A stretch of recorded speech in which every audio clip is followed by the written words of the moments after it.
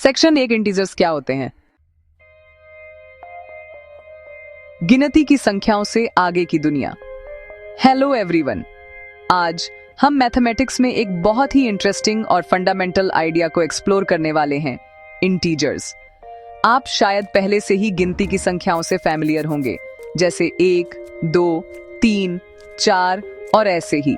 ये वे नंबर्स हैं जिनका इस्तेमाल हम हर दिन सेब, किताबें या दोस्तों को गिनने के लिए करते हैं। हम इन्हें पॉजिटिव नंबर्स कहते हैं। लेकिन क्या होगा अगर हमें 0 से कम किसी चीज के बारे में बात करनी हो? क्या होगा अगर हमें किसी को पैसे देने हो, या अगर मौसम बहुत बहुत ठंडा हो जाए? इन सिचुएशंस को डिस्क्राइब करने के लिए गिनती के नंबर्स इनफ नहीं हैं। यहीं पर इंटीजर्स की वंडरफुल दुनिया हमें और ज्यादा समझने में मदद करने के लिए काम आती है। इंटीजर्स नंबर्स का एक स्पेशल एक्सपेंडेड सेट है। इन्हें होल नंबर्स का पूरा परिवार समझें। इस फैमिली में वे सभी पॉजिटिव होल नंबर्स शामिल हैं जिन्हें आप पहले से जानते हैं, 1, 2, 3 और ऐसे ही। नंबर 0 और नंबर्स का एक नया ग्रुप जिसे नेगेटिव होल नंबर्स कहते हैं, जैसे -1, -2, -3 और ऐसे ही। तो एक इंटीजर कोई भी होल नंबर है, चाहे वह पॉजिटिव हो, नेगेटिव हो या खुद 0 हो। इंटीजर्स के सेट में कोई फ्रैक्शन या डेसिमल नहीं होते हैं। वे क्लीन होल यूनिट्स हैं जो पॉजिटिव और नेगेटिव दोनों डायरेक्शंस में इनफाइनाइटली एक्सटेंड होते हैं, जिससे हमें अपने आसपास की दुनिया को डिस्क्राइब करने का एक बहुत ही रिच तरीका मिलता है। आइए देखें कि कौन सी चीज इन नंबर्स को अलग बनाती है। पॉजिटिव इंटीजर्स 0 से बड़े सभी इंटीजर्स होते हैं। वे नंबर लाइन पर 0 के दाहिने तरफ होते हैं। जब हम उन्हें लिखते हैं तो हम उनके सामने प्लस साइन लगा सकते हैं, जैसे +5, लेकिन आमतौर पर हमें इसकी जरूरत नहीं होती है। यदि आप सिर्फ नंबर 5 देखते हैं तो आप मान सकते हैं कि वह पॉजिटिव है। दूसरी ओर नेगेटिव इंटीजर्स वे सभी इंटीजर्स होते हैं जो 0 से कम होते हैं। वे 0 के बाएं तरफ पाए जाते हैं। ये बहुत इंपॉर्टेंट है कि हम हमेशा माइनस साइन का इस्तेमाल ये दिखाने के लिए करें कि एक नंबर नेगेटिव है, जैसे -5। 0 एक बहुत ही स्पेशल इंटीजर है क्योंकि ये न तो पॉजिटिव है और न ही नेगेटिव। ये न्यूट्रल पॉइंट है, ओरिजिन है, स्टार्टिंग लाइन है, जो पॉजिटिव नंबर्स की दुनिया को नेगेटिव नंबर्स की दुनिया से अलग करती है। ये कुछ भी ना होने, कोई कर्ज ना होने या बैलेंस के पॉइंट के आइडिया को रिप्रेजेंट करता है। तो जब आप इंटीजर्स के बारे में सोचते हैं तो एक विशाल लाइन की कल्पना करें। बीच में 0 है। दाहिने तरफ आपके पास पॉजिटिव नंबर्स की एक एंडलेस लिस्ट है जो बड़ी और बड़ी होती जा रही है। बाईं तरफ आपके पास नेगेटिव नंबर्स की एक एंडलेस लिस्ट है जो छोटी और छोटी होती जा रही है। इस पूरे सेट को हम इंटीजर्स कहते हैं।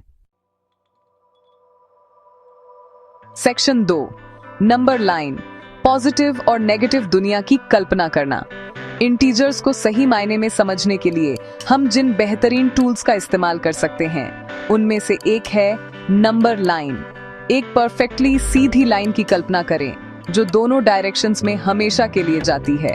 इस लाइन के ठीक बीच में हम नंबर 0 रखते हैं। ये हमारा रेफरेंस पॉइंट है। सभी पॉजिटिव इंटीजर्स जैसे 1, 2, 3 और ऐसे ही 0 के दाहिने तरफ बराबर इंटरवल्स पर रखे जाते हैं। जितना हम दाहिने तरफ बढ़ते हैं, नंबर का वैल्यू उतना ही बड़ा होता जाता है। तो 10 5 के दाहिने तरफ है, जिसका मतलब है कि 10 5 से बड़ा है। यह नंबर लाइन का वह साइड है जिससे हम अपने शुरुआती गिनती के दिनों से सबसे ज्यादा फैमिलियर हैं। अब आइए 0 के दूसरी तरफ को एक्सप्लोर करें। 0 के बाईं तरफ हम नेगेटिव इंटीजर्स रखते हैं। हम -1 से शुरू करते हैं, फिर -2, फिर -3 और आगे बढ़ते रहते हैं बाईं तरफ और आगे बढ़ते हुए। समझने के लिए एक इम्पोर्टेंट कॉन्सेप्ट ये है कि जैसे जैसे हम नंबर लाइन पर बाईं तरफ और आगे बढ़ते हैं, नंबर का वैल्यू वास्तव में छोटा होता जाता है। ये कभी कभी थोड़ा ट्रिकी लग सकता है। उदाहरण के लिए -10 2 से ज्यादा बाईं तरफ है, जिसका मतलब है कि -10 वास्तव में -2 से 1 छोटा नंबर है। ये एक बड़े डेफिसिट या ठंडे टेम्परेचर को रिप्रेजेंट करता है। नंबर लाइन अविश्वसनीय रूप से यूजफुल है क्योंकि यह हमें इंटीजर्स के लिए एक विजुअल मैप देती है। यह नंबर्स के बीच के रिलेशनशिप को क्लियरली दिखाती है। दाहिने तरफ का कोई भी नंबर हमेशा बाईं तरफ के किसी भी नंबर से बड़ा होता है। यह सिंपल रूल हमें किसी भी दो इंटीजर्स की आसानी से तुलना करने में मदद करता है। उदाहरण के लिए हम तुरंत देख सकते हैं कि 5 2 से बड़ा है क्योंकि 5 2 के दाहिने तरफ है। इसी तरह हम देख सकते हैं कि नेगेटिव 4 से बड़ा है क्योंकि नेगेटिव एक नंबर लाइन पर नेगेटिव 4 के दाहिने तरफ है। ये एक एब्स्ट्रैक्ट आइडिया को ऐसी चीज में बदलने में मदद करता है जिसे हम देख और छू सकते हैं। इस विजुअल टूल का इस्तेमाल करके हम अपोजिट्स के आइडिया को भी समझ सकते हैं। नंबर लाइन पर हर पॉजिटिव इंटीजर का 0 के अपोजिट साइड पर ठीक उतनी ही दूरी पर एक करेस्पॉन्डिंग नेगेटिव इंटीजर होता है। उदाहरण के लिए +3 0 के दाहिने तरफ 3 यूनिट्स हैं। इसका ऑपोजिट -3 0 के बाईं तरफ 3 यूनिट्स हैं। वे एक दूसरे के मिरर इमेज की तरह हैं। जब आप एक नंबर और उसके ऑपोजिट को एक साथ जोड़ते हैं, जैसे 3 + -3, तो आपको हमेशा 0 मिलता है। ये 3 कदम आगे बढ़ने और फिर 3 कदम पीछे हटने जैसा है, जो आपको आपके स्टार्टिंग पॉइंट पर वापस ले आता है।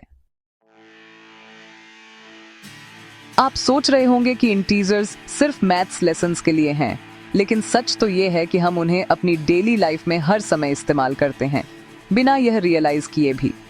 इंटीजर्स को हम सबसे आम तौर पर तब देखते हैं जब हम टेम्परेचर की बात करते हैं।